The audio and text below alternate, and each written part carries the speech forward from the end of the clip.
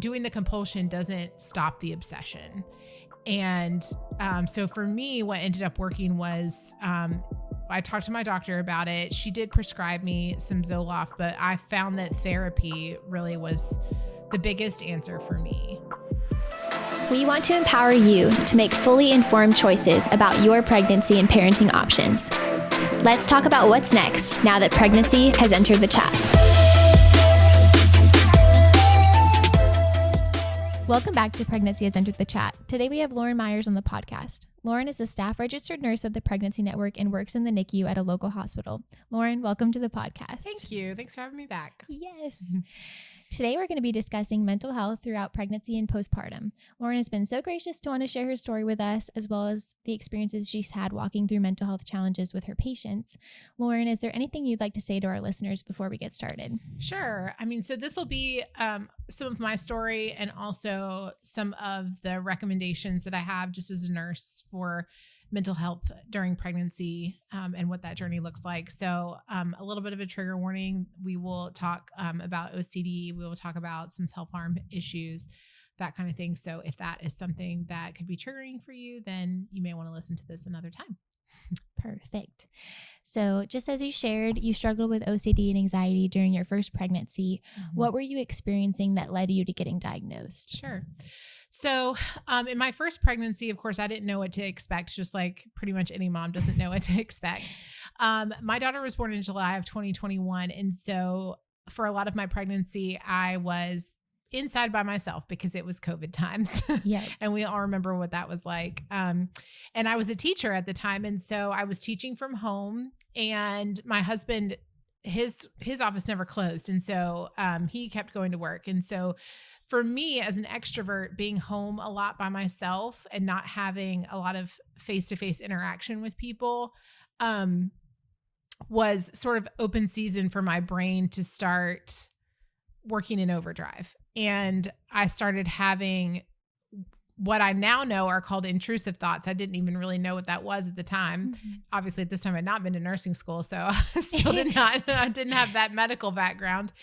And I found that a lot of these thoughts were what we call sticky. And so I couldn't get them out of my brain, which of course is a hallmark of OCD, obsessive compulsive disorder. And I do want to say that a lot of people will say, oh, my house is clean all the time, I'm so OCD, or I like my desk arranged like this, I'm so OCD, which, is sort of in our cultural jargon, but that's not actually what OCD is. So I do want to take a minute to explain what OCD is clinically. So OCD means that your brain obsesses about a particular thought or a particular item. For somebody that has maybe like germ or cleanliness OCD, it might look like cleaning their kitchen from top to bottom every single night and then going to sleep and then waking up and doing it again the next morning. And the reason for it is because they believe if they don't do that, something bad will happen to them or to someone that they love. And so the cleaning is a compulsion. That's where the compulsive part comes from. You may also have seen on TV or know of people that when they turn the lights off, they turn the lights on and off 3 times every single time they enter and leave the room, because they believe if they don't do that, something bad will happen. So the obsession is what they fear is going to happen. Compulsion is what they're doing to try to stop it. Mm-hmm. So in my case, I had what's called harm OCD, where I would worry that one of my children, which at the time I didn't have children, but I was pregnant, so my eventual children, I would worry about all the ways that they could get hurt. Mm-hmm. And I would do compulsions to try to make sure that that didn't happen. So for me in particular, I did not grow up with firearms in my house. My husband did. He's an avid hunter and grew up very comfortable with them. And so they were all around our house. And we didn't have a safe at the time because we didn't have children. And I just was terrified of the thought of one of them getting a hold of a firearm and hurting themselves. And of course, we got a safe before the children were born, but the rational part of your brain doesn't really step in and operate that way. Yeah. You just get fixated on this idea of your child getting a hold of something that will hurt them. For somebody else, it might be drowning. If you have a pool, you may get fixated on the idea of your child drowning, that kind of thing. And you do compulsions. For me, it would be taking the guns in the house and like going and putting them in the trunk of the car or something like that for the day, as a way of trying to get my brain to stop thinking about that. But doing the compulsion doesn't stop the obsession. And so for me, what ended up working was I talked to my doctor about it. She did prescribe me some Zoloft, but I found that therapy really was the biggest answer for me. And talking to a licensed therapist who specialized in prenatal anxiety and also postpartum depression and postpartum anxiety and those things. And she really gave me some tools to help me with managing those thoughts and not trying to push them out of my brain, because if I did, they would just come back. Again, they're sticky. Yeah. But instead trying to really think all the way through the thought, as scary as it can be, and then just kind of letting it float on down the river. And when you think all the way through it and you allow your brain to process it and really think about the worst that could happen, something about that makes it not sticky anymore and your brain doesn't immediately come back to it. So that was helpful. I will say OCD, and I want to hear your experience as well. OCD can come in waves. There can be times where it can be very disabling, and I found myself, I would start crying about every 30 minutes. And I was kind of honestly scared to tell my husband like the full truth of what my brain was telling me, because I didn't want him to get too scared or overreact. And he just got to the, he would just go get me tissues. Yeah. he just was like, okay, well, you're just having an episode. Yeah. Because he didn't know any better. I didn't tell him. But I would also, like when he would come home, I would start crying because having him there and feeling like I couldn't be totally honest about what was going through my brain was a bigger source of anxiety for me too. And so he was like, what is going on that you're crying every time I enter the room, but not with somebody else? And so, but also what ended up working for me too, as an extrovert, was keeping a good schedule.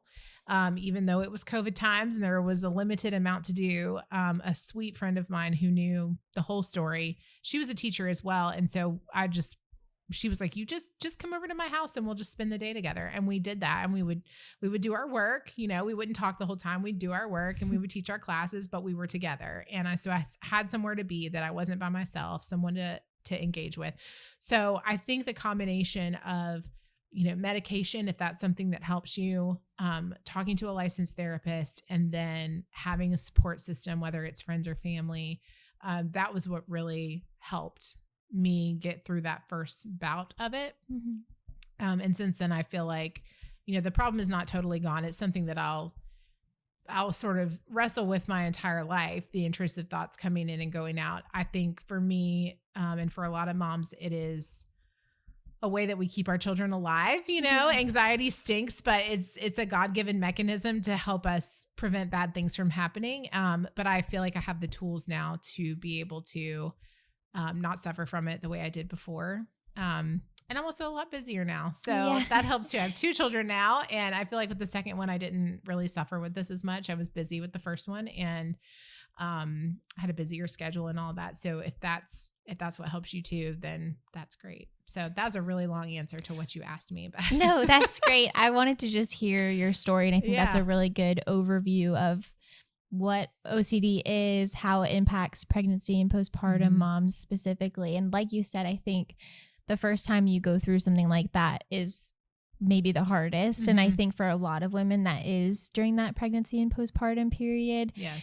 And so, like we talked before this, I have OCD. I've had it my whole life. So I am very familiar with the types of things that you're talking about. And just regardless of whether you have mental health struggles before, or you don't, or, pregnancy and postpartum hormones, they just don't discriminate. You are going to end up with kind of what you end up with. And there's things you can do about it, and you can cope with it and all those things. But if you're listening to this and this is your first time going through something really difficult like that, it gets better. It does. Even when you have those thoughts come back or whatever it is, you're not so shocked by it. Yeah. I think that's part of what's so scary is like, you know, not being able to tell your husband. For me, I was a kid, so it was my mom. Yeah. I was like, I can't tell my mom what I'm thinking, you know, and I was like, I can't, like, she won't get it or whatever it was. Or it'll scare her too much. Yeah. Yes. And I mean, I'm sure it'd be scary to hear Yeah, like those course. things as a mom, if you as a mom don't struggle with that or whatever. So, yes, if you're listening, it does get better. And we can kind of talk through some of those things. You mentioned medication, counseling. I think those are both great options. Yeah. And especially if it's the first time you're experiencing it, talk to your doctor, but those things in conjunction with one another can be super helpful. Yeah. And it can happen at any point during your pregnancy. It can happen. I mean, I specifically suffered with it before pregnancy, didn't really deal with postpartum depression. I felt like at that point I had the tools to be able to, you know, do what I needed to not suffer as much anymore. But of course there are women that do suffer with postpartum depression, even if they had a relatively worry-free pregnancy. Yeah. And then there's postpartum anxiety as well that doesn't really align with depression, but you just have the anxiety creep up. There's all kinds of different things. And there's just, no one would expect you to know all of those things going into pregnancy. And that's why it's okay to mention it to your doctor and to mention it to a licensed counselor, all those things to really nail down what you're dealing with. Because for me, I mean, I had thoughts of, you know, self-harm, but I didn't want to do them. Yeah. And so I felt like every time I tried to Google my symptoms, I was getting information on suicidal ideation and people that, you know, had a plan, they were depressed. I was like, that's not me. I'm not depressed. I very much want to be here. Yeah. But I'm just having these really crazy thoughts of bad things that I could do to myself or that my children would get hurt. And that's when I learned that they were intrusive thoughts and that they have to be dealt with differently than someone who is dealing with depression. So, but you may not know that unless you talk to a counselor who knows the full range of mental health issues that there are out there. Yeah. And I wanted to note too, like on the note of like the postpartum depression screening or the anxiety screening or whatever it is that you're doing in your doctor's office. A lot of them are given out postpartum. I don't know if there's any. Yeah, the Edinburgh scale is what you're talking about. Yes. So you will receive that after you have your baby in the hospital. And then also the pediatrician gave me one as well. Me too. Yes. And then you should fill it out at your OBGYN after delivery as well. You should get screened for it multiple times because, of course, you know, things can change. Yep. But I was going to mention that last question on there, I think, is, do you have thoughts about hurting yourself? Yes.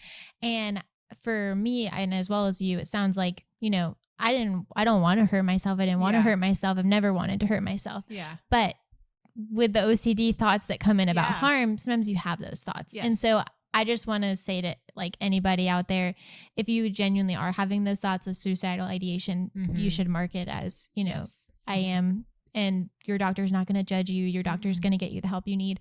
But if you also having those intrusive thoughts, you can distinguish that with them. Yeah. You know, you can mark yes and then be like, well, I don't have a plan. I don't want to do this. This is not, you know, I'm just letting you know that those thoughts pop up for me. Yeah. And they have the expertise to be able to be like, okay, well, it's this is to OCD. Yes. Yeah. And so I just want to disclaim that because I think that's probably a lot of women experience that and they're like, I'm confused. Like, I don't want this. And why is this happening? Yeah. So yeah. And transparently, I marked no for that reason. Yeah. You know, even though I was having them, I was like, but I'm not having them the way that you mean them, you know? So I didn't. And, but yeah, I mean, so I work in the NICU now as a nurse and we have social workers that are dedicated to our NICU. And so they will talk to moms just based on how they fill out that Edinburgh scale, even if there's nothing else that qualifies them for, you know, social worker interaction. The Edinburgh scale for depression can warrant a social worker visit. And yeah, it doesn't, I know you've touched on this before. It doesn't mean that your baby's going to get taken away from you. Yeah. It doesn't mean that a doctor is going to step in and try to make you, you know, an inpatient psychiatric patient, but it does mean that there are extra resources that can be made available to you, which is fantastic. Yes. Yeah. And that's so important because I think our brains lie to us a lot when you're experiencing depression or anxiety or anything like that. So I wanted to just hear like, what was your process like in seeking help? Like you're at your prenatal visits or you contact your primary care, or what was that process like? Because I think it's really intimidating for women to be like, even get to the point of saying, okay, I need help. And then where do I go from here? Yeah.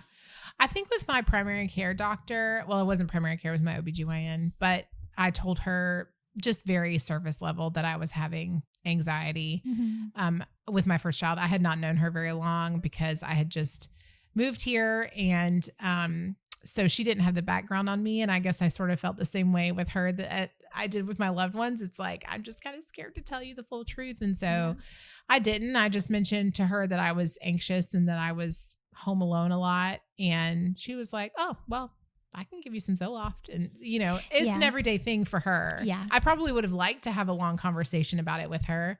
But also my brain told me she has other patients to see and things like that, which she would have been happy to make the time for me. But I also am not sure that I fully wanted to go into it with her. And so getting a prescription was pretty easy. Like I mentioned, I didn't end up feeling like the medication was as helpful to me as therapy was. But for a lot of people, that combination can be the cure. Yeah.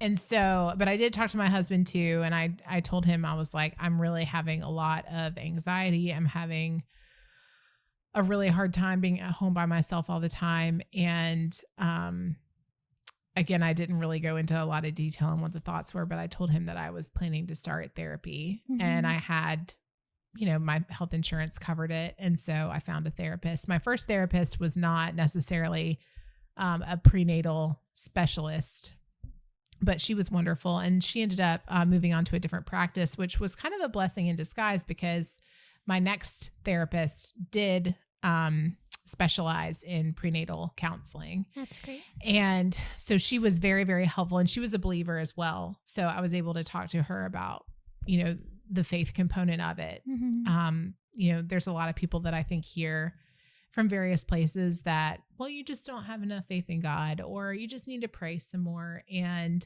while I do think that God can be a wonderful source of anxiety relief and that we want to take all of our cares and our worries to him, of course, pregnancy comes with a host of hormones that are toxic. And I use the word toxic because my therapist used it with me. And she said, these hormones are just toxic and they really don't go back to their normal, you know, levels until a year after you have the baby. Yeah. And so it's okay to want to balance those things. And so that therapist was very, very helpful to me in kind of understanding that a lot of this was outside my control. Yeah. And then she ended up moving on when I was probably a couple months postpartum. But again, that was a blessing in disguise because I kind of felt like at that point I had the tools that I needed to handle it myself. And I didn't really need to talk to her every month anymore, but I also didn't know how to break up with her. Yes. Yeah. That's so real. Your therapist, it does feel like a breakup because they know you so well. Yeah. So again, that was kind of a blessing. And that was when I made my break from therapy, and I haven't really done it since then. But again, I feel like I have the tools now to be able to tackle it myself, but I wouldn't be ashamed to go back to it if I felt like I needed to. So, I did. My first therapist was the one that gave me the recommendation for the second one, but I think your OBGYN would be a great resource for where to begin with therapy as well.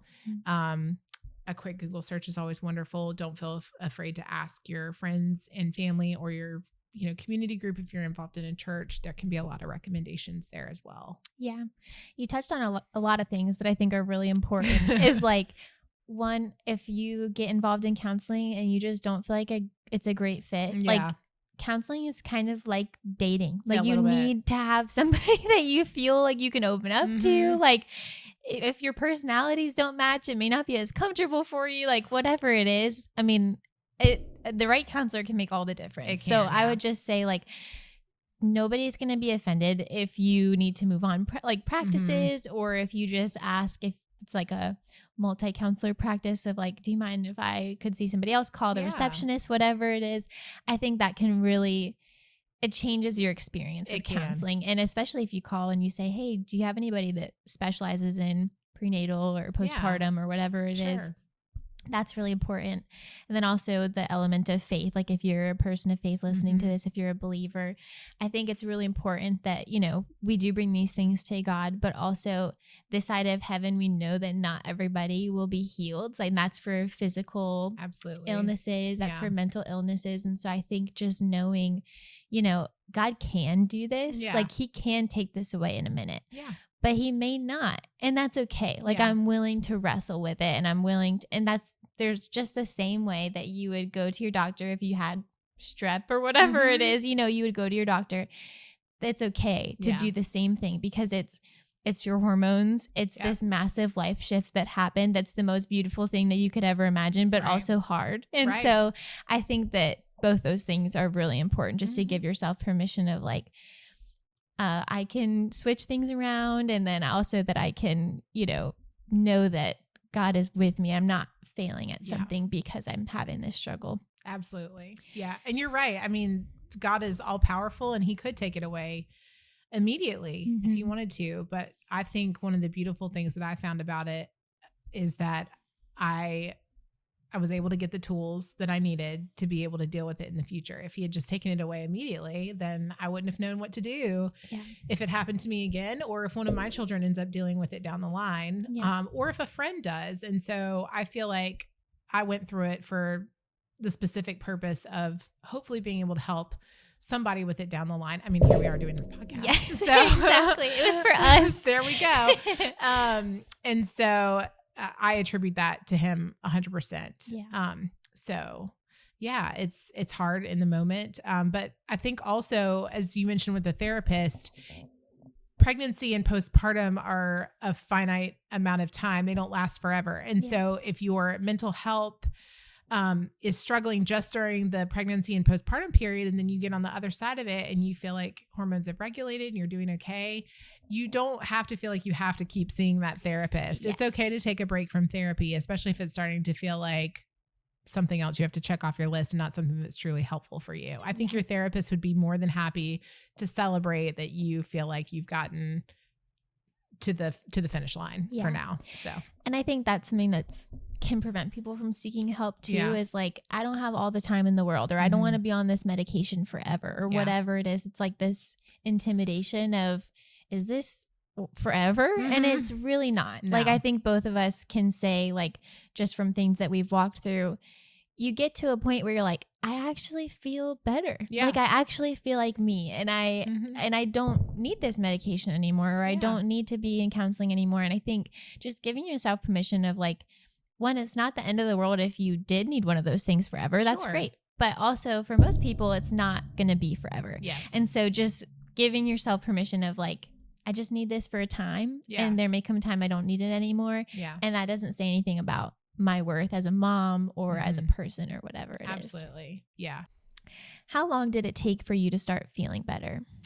That's a great question. I would say postpartum, it probably took me maybe only a month to 2 months. I think the hormones started to regulate. I think actually having the baby in my arms and seeing that she is here and she is safe and she is well cared for. And a lot of the things that I worry about, she's not even capable of doing right now because she's immobile, you know, and we have time to address all of those things. That was helpful to me. I mentioned that being on a schedule and being busy was important for me. And I started nursing school 3 months after she was born. Okay. Actually, that's wrong. I started 7 weeks after she was born. Oh, wow. So really about 2 months. And so, you know, that kept me busy, and she started a preschool program, and it was wonderful because it kept us on a calendar, on a schedule. I had things to think about other than her safety. Yeah. I had things to read, and I had assignments to do and all that kind of stuff. So I think I know obviously not everyone's going to go to nursing school 7 weeks after they have a baby, but there are other ways that you can keep yourself busy. I think reaching out to a friend and saying, hey, do you want to go take a walk at the park? Or if you know yourself well enough before you have the baby, say, I'm worried about postpartum depression for me. I don't know if it's going to happen. I'm worried about postpartum anxiety. Would you mind reaching out to me just once a week and just checking in with me and seeing if, you know, there's something I need, or if we could hang out or something like that. Yeah. Go ahead and put those support systems in place for yourself to make sure that you can, I don't know, have a bright light on the other side. Yeah. One thing that I did that I would recommend to anyone who's like either worried about this or knows that they've struggled with mental health in the past, or just, even like, your mom went through it. And so you're trying to just put those safeguards in place. When I was in a good headspace, when I was pregnant, I looked up the symptoms of postpartum depression. I could have done postpartum anxiety as well. I wrote them down and I handed it to my husband. And I said, put this somewhere that you're going to see it, that I won't. Just put it in your desk, put it in your car, whatever it is. And every once in a while, just check on it. And then if you feel like there's a match, just let me know. Yeah. And I felt like that would be... That's amazing, Chloe. How self-aware. I love that. Well, I felt like I wouldn't feel as attacked if he just came to me with something that I wrote and said, hey, I think that you're experiencing this and I'm just a little worried. Yeah. Because I told you to do that. You know what I mean? And so even just doing something like that, you may not need it. Your partner may look at it 2 months postpartum, 3 months postpartum and be like, she's good. She's got it. But I think that was so just knowing that he was looking out for those things because we can't expect everyone's brains to work the way our brains work. Especially our husbands. Yes. They are men. Yes.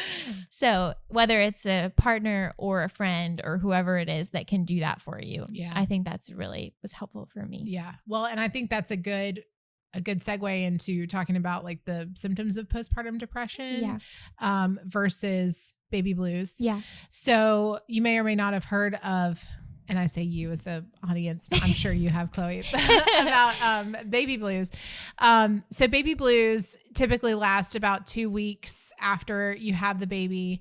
Baby blues are typically like, wow, my entire world has been turned upside down. I do not know what reality I'm living in. I'm not getting a lot of sleep. Yeah. I'm very tired. I don't really have time to take a shower and eat and drink my coffee and feed the baby all at the same time. And this is really hard. Yeah. That's what baby blues are. Yes. And guess what? You're right. It is really hard. It's incredibly difficult when your entire world has been turned upside down, but in the best way, but also one of the hardest ways. Yeah. That's baby blues. And like I said, it usually lasts 2 weeks, maybe 3 at the most. And then you kind of get into a routine and start to figure some things out.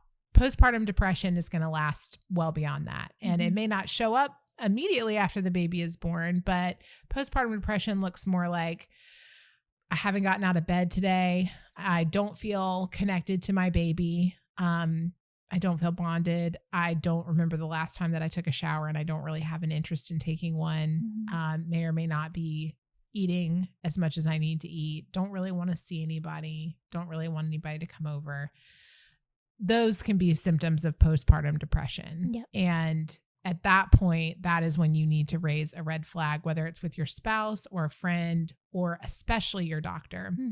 And this is what I typically tell women in our intake appointments here at the Pregnancy Network. Those are symptoms that you need to discuss with somebody that you trust. And they are so treatable. They're so treatable and they are so very common. So there's no shame in them at all, but you do have to say something. You have to. Yeah. And like you said, I think just people are so scared of being a bad mom. Yeah. And I think it's like, you just have to remove that from the equation. Sure. Just think of like, think of if you have a daughter or if you have a son, like if they were experiencing that, would you want them to get help, And of like, course, I think that's such a mindset shift for us as parents. Cause it's like, oh my gosh, of course. Like I want nothing but the best for them. Yes. And then it's like, why do we judge ourselves? And so, I think that's really important. Just say something. You don't even have to know exactly what to say. Just try to say something to the right person that can get you connected to the right resources. What your baby needs most is a healthy mom. Yes. So for a lot of moms, you're like, well, I need to put my baby first. I need to put my baby first. Of course, your baby's needs are extremely high priority, but you can't take care of the baby well if you are not taken care of as well. So watch out for yourself. Yeah. Yes. And so kind of to tie that up, what would you say to someone who is struggling with the postpartum mental health or pregnancy mental health? Yeah. I would say just say something to anyone that you trust. It can, like I said, can be a family member. It can be a spouse. It can be a friend. It can be someone at your church. or it needs to be your doctor eventually, but that Yeah. doesn't have to be the first person that you talk to. Yeah. But you don't even have to articulate it very well. You can just say, I'm having some feelings that I didn't expect, or maybe you did expect.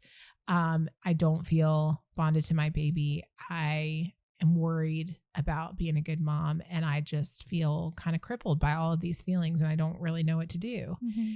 And like I said, it's okay to not articulate it well, but you do need to say it to somebody and kind of raise that red flag. And I think most people have heard of postpartum depression and would be able to identify that enough to say, okay, well, maybe you need to talk to your doctor. Yeah.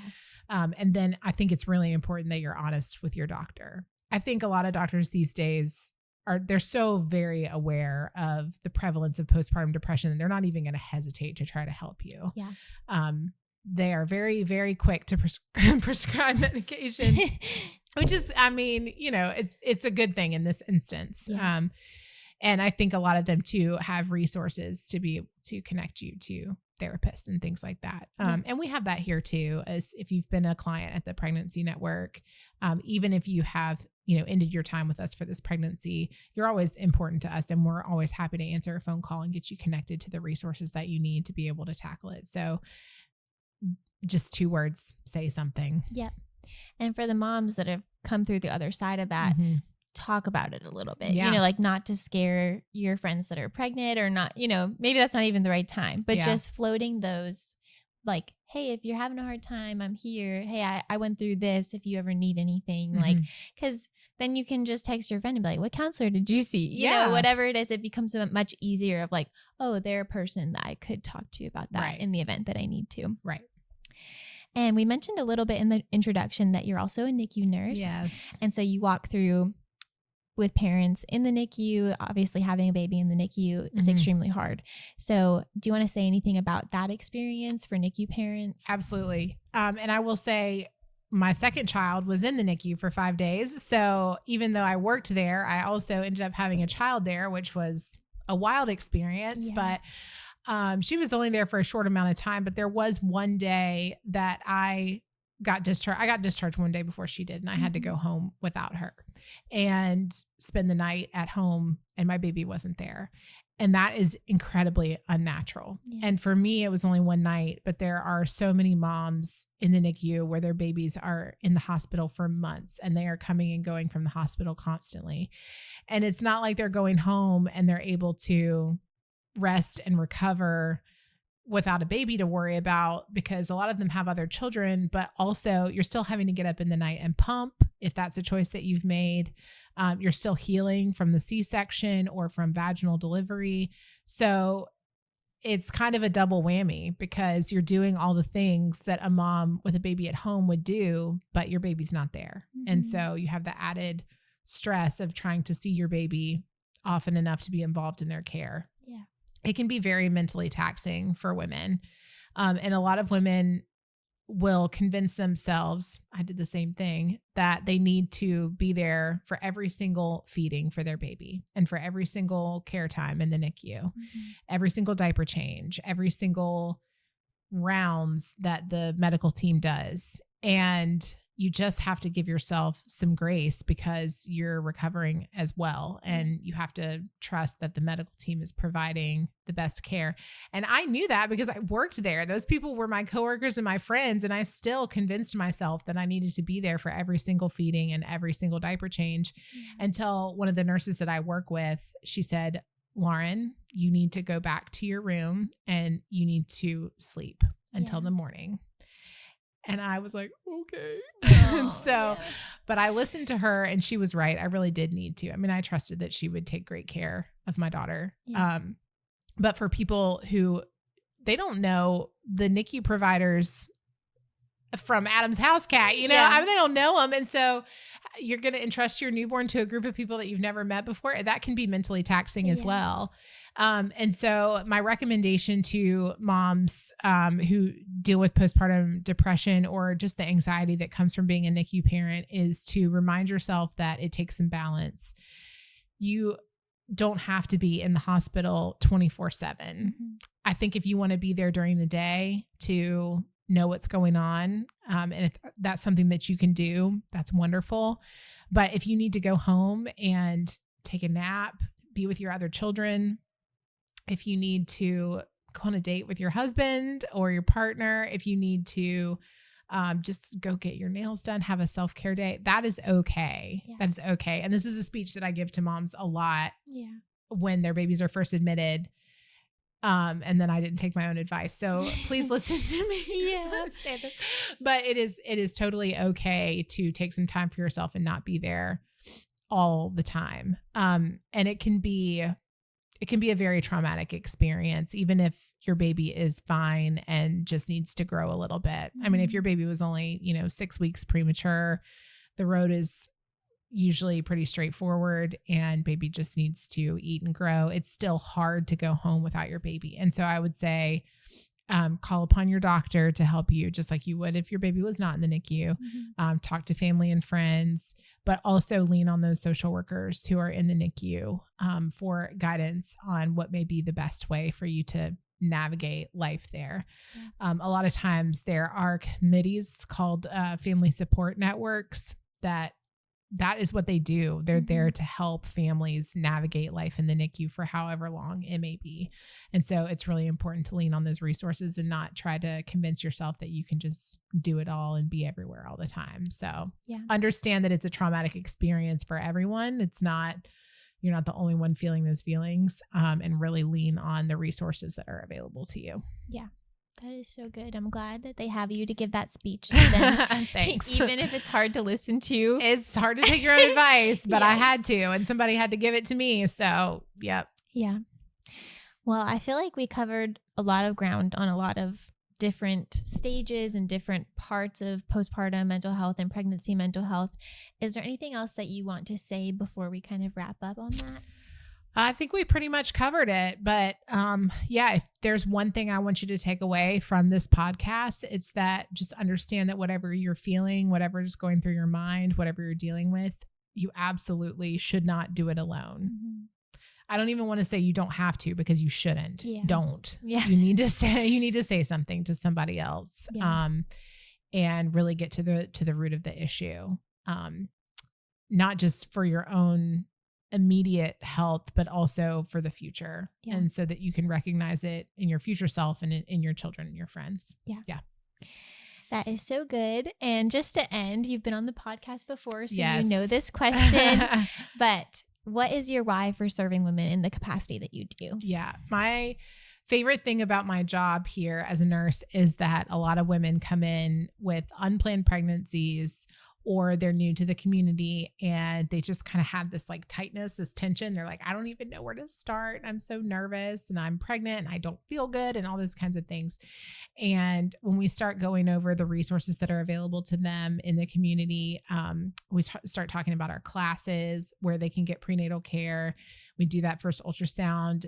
I can see their bodies physically relax, and they kind of take a deep breath and they say, okay, this is great. I feel like I have a starting point now.